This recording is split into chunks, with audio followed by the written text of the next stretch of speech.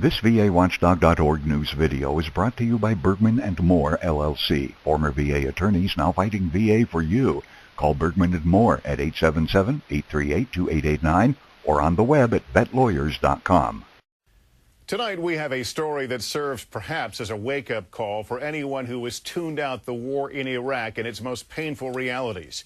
More than 4,100 American lives have been lost. 4,100 families living tonight with untold grief. And it's that story that the two journalists you're about to meet set out to tell. They were embedded with the troops, not on the battlefield, but on the final journey home. NBC's Mike Taibbi reports. It's not a new story that this war, like all wars, has cost lives.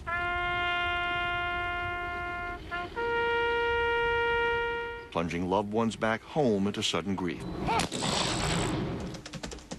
But reporter Jim Sheeler and photographer Todd Heisler, then assigned by Colorado's Rocky Mountain News to cover the funerals of fallen soldiers and Marines, spent a full year sharing the experience of grief with some of their families. When a new widow slept by her husband's casket, refusing to leave him, they were there, uniquely able to tell the most intimate family stories. You have to be emotionally involved. You have to cry with these families. You have to really feel it. We wanted to be there for every part of the process. And to be there meant spending days and nights over weeks and sometimes even months earning trust. That trust allowed Heisler to capture some amazing images, like this one. Lieutenant Jim Cathy's casket being offloaded from a commercial flight while passengers looked on. Heisler was standing beside the lieutenant's widow. When I look at that picture, all I hear is Catherine screaming. And I don't think the people could hear that.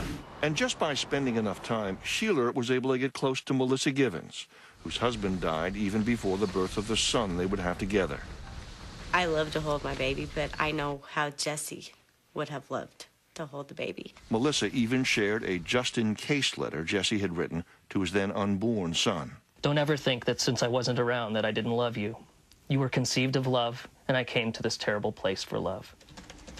Sheeler remains in Colorado, still writing. His original Final Salute stories won a Pulitzer Prize.